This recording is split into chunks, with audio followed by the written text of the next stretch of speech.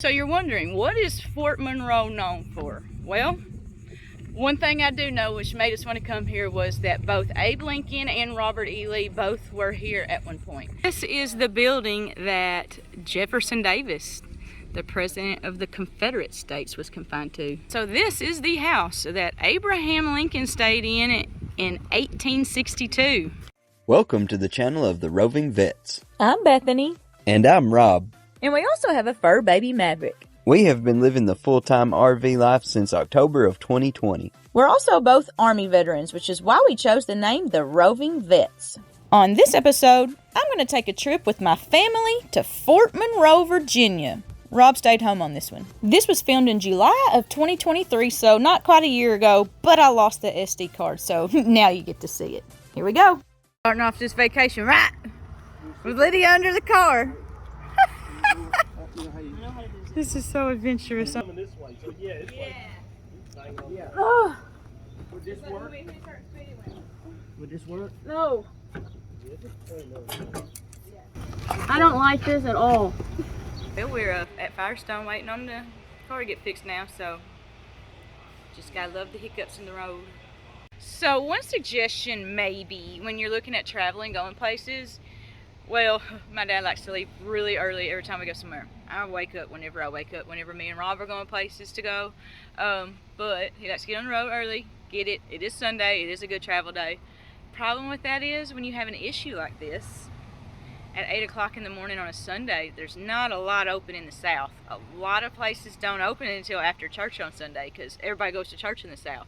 So we found a Firestone that was open, but they're saying it's going to be an hour and a half before they can get to us, so this will be fun. Things happen. Oh, here we go. We're ready to go. All right, we're loading back up. On the road again. Piling in, here we go. Rolling. It didn't actually take an hour and a half because they squeezed us in, so that was really nice. So today we are heading to Fort Monroe, which is right outside of Williamsburg, Virginia. Y'all met my dad in the Lake Havasu and Oatman video. Today, you're going to be meeting my sister Lydia and her husband, ST. So we officially made it. We are at Fort Monroe. Here we go. So you're wondering, what is Fort Monroe known for? Well, one thing I do know which made us want to come here was that both Abe Lincoln and Robert E. Lee both were here at one point. Two very known men throughout history. We're veterans. We like to do all that thing, so yeah. Fort Monroe is sitting on water.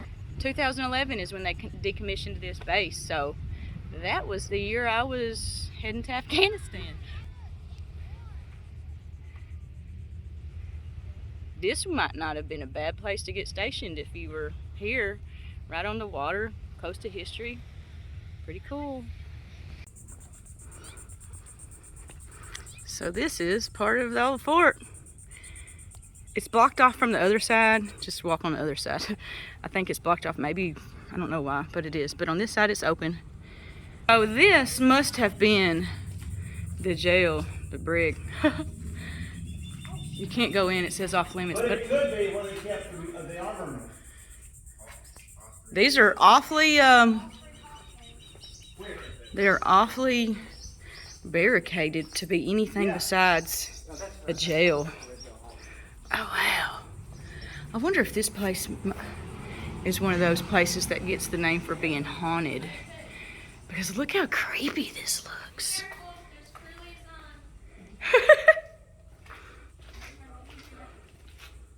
Look at the coloring in here. This is all kinds of mold and moss and all kinds of stuff. So I'm probably gonna end up feeling nice and lovely this evening, but hey, I got Allegro. Wow. But what's very incredible about all this is, just think about how long ago this structure was built, and it is still standing. You gotta think, back in the day, I think they actually made stuff to last. Dad was right. This was artillery. This was the artillery battery right here. It's kind of crazy, I guess, though. You would want all of that ammo and all those big old bullets and rounds locked up tight.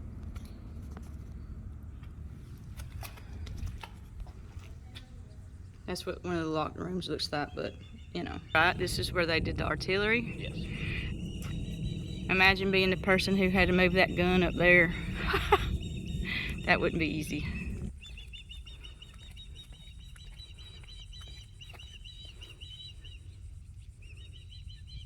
Man, that's some armor. You hear the birds?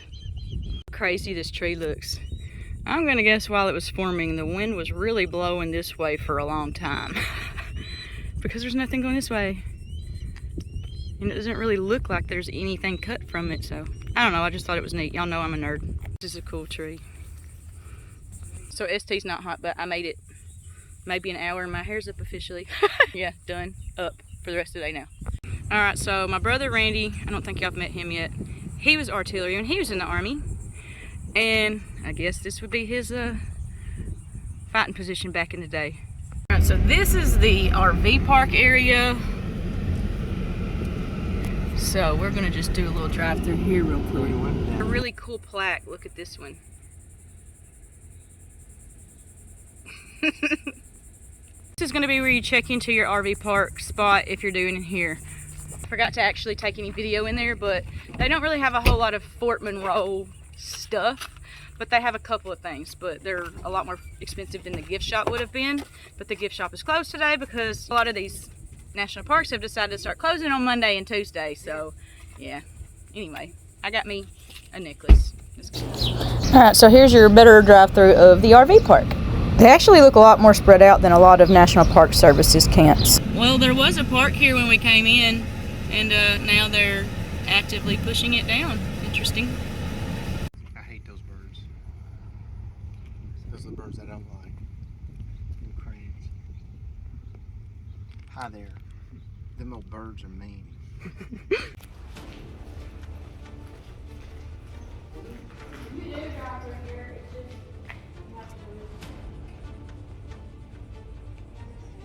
Ain't it crazy that you just really used to make stuff to last?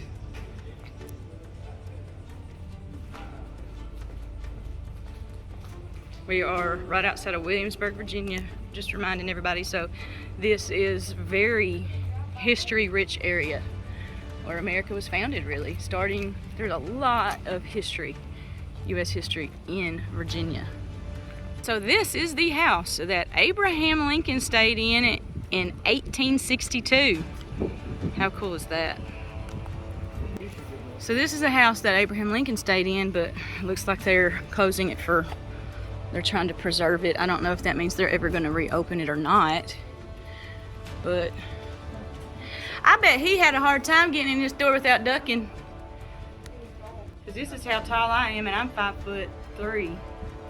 I don't know. How tall are you?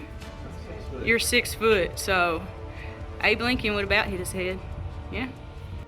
We can't go in, but I can get you as close as I can by taking video, I guess. As part of their renovation, they're gonna make sure there's no rats or mice.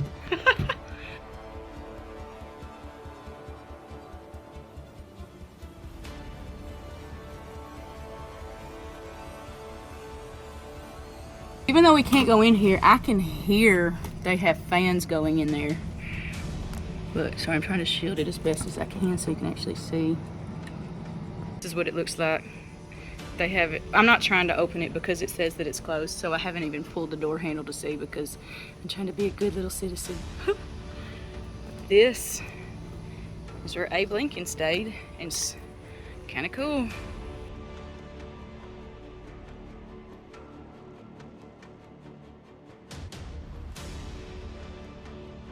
The texture in this over the years, the weather damage, but it just looks so neat. I'll show you the front now. This is the back of that house that Abraham Lincoln stayed in. And look how big this tree, you can't tell because I'm not standing there, but this is a ginormous tree. In case you're curious on a timeline, it is July 17th. It's a little warm out today. They said that, well, the woman in the gift shop said the humidity is 106. Well, that's not possible. You can only have 100%. So we're thinking she probably meant the heat index is 106. That I would believe. because you can't have more than 100% humidity, right?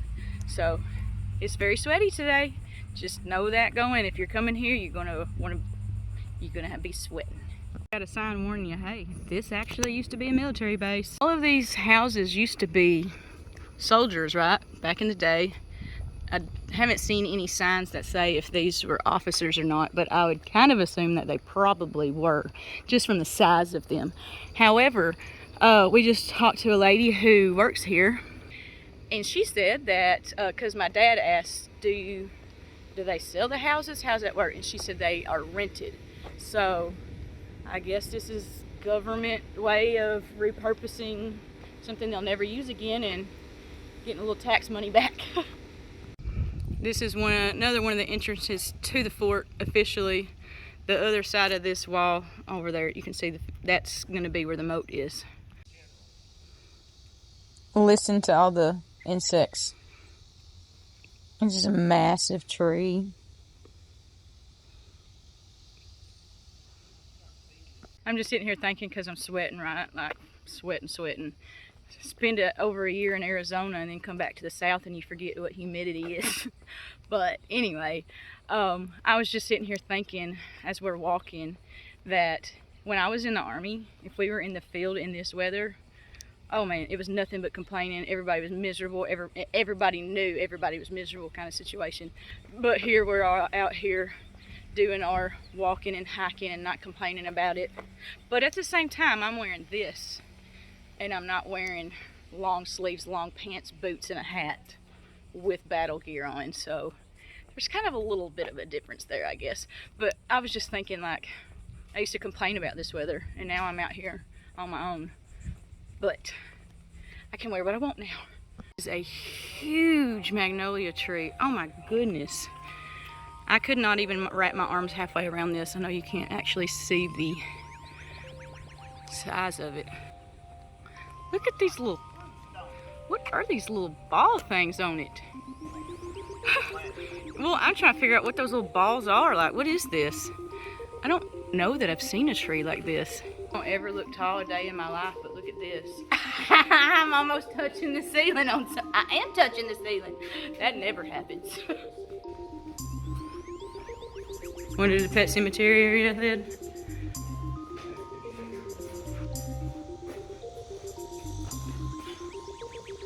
This really gives me old San Juan, the port in Puerto Rico. This gives me old San Juan vibes. This is a pet cemetery, I'm just gonna be honest. I don't know that I've been to a military base that had a pet cemetery, but I ain't mad about it. So it has, the pet's name is Dusty, the years the dog lived, that's a 13-year-old dog, and then it has the owners, loved by the moles. That's neat. This is the building that Jefferson Davis, the president of the Confederate States, was confined to in 1865. This is actually where the museum is, the one that I just said that the president was confined to of the Confederate States. I didn't realize it was the museum. The museum is closed because we give all our money overseas instead of using our money in America, so we can't actually go in here on Mondays or Tuesdays because of budget cuts. Nerding out again over trees, here we are. Look how neat this looks though.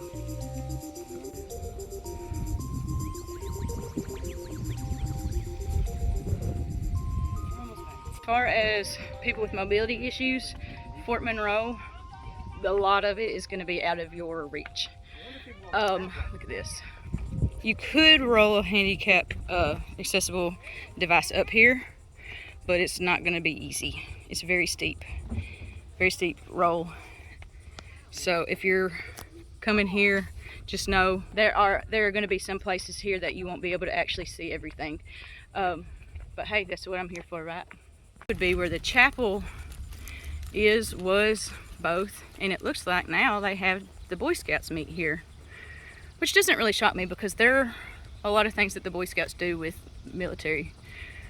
Oh, there's a fallout shelter in here. There's a fallout. This is a fallout shelter, so if a nuke hits while, Russia just pulled out of the nuke deal, though, so might be thinking about that again. Where's your closest fallout shelter? This thing shot ammunition that was 300 pounds, and it would reach 4 miles. That is a big gun. That's a big gun. Oh, I reckon, is this maybe what it was shooting? Half of it anyway.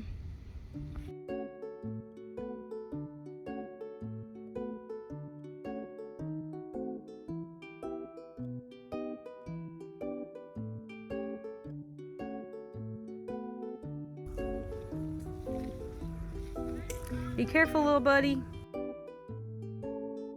This is the 500-year-old tree here at Fort Monroe. Sorry, a bug was getting me. Look how big this is.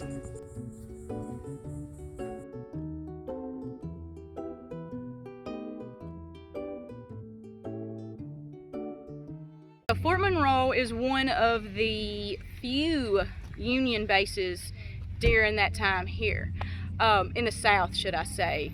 And so this is where, I guess, one of their main headquarters would have been, because it's actually in Southern Territory. But Washita Battlefield, y'all saw that video already. That is where the Union soldiers massacred the natives. That was their mission. They were given the task to massacre the natives.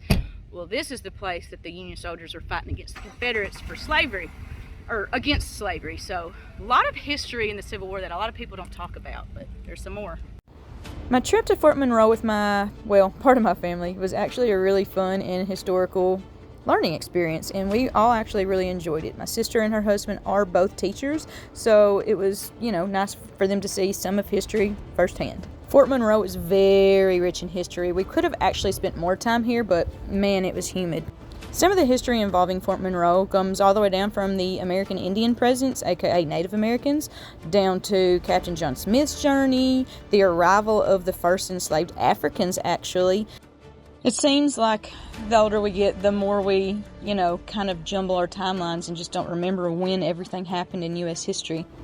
Like, every country that is civilized in today's world, most have a very, very shady, rocky, terrible past. But we learn from history to keep from repeating it, right? It's actually kind of shocking, but then again not, at how many U.S. presidents actually visited Fort Monroe because of the fact that it was such a historical place.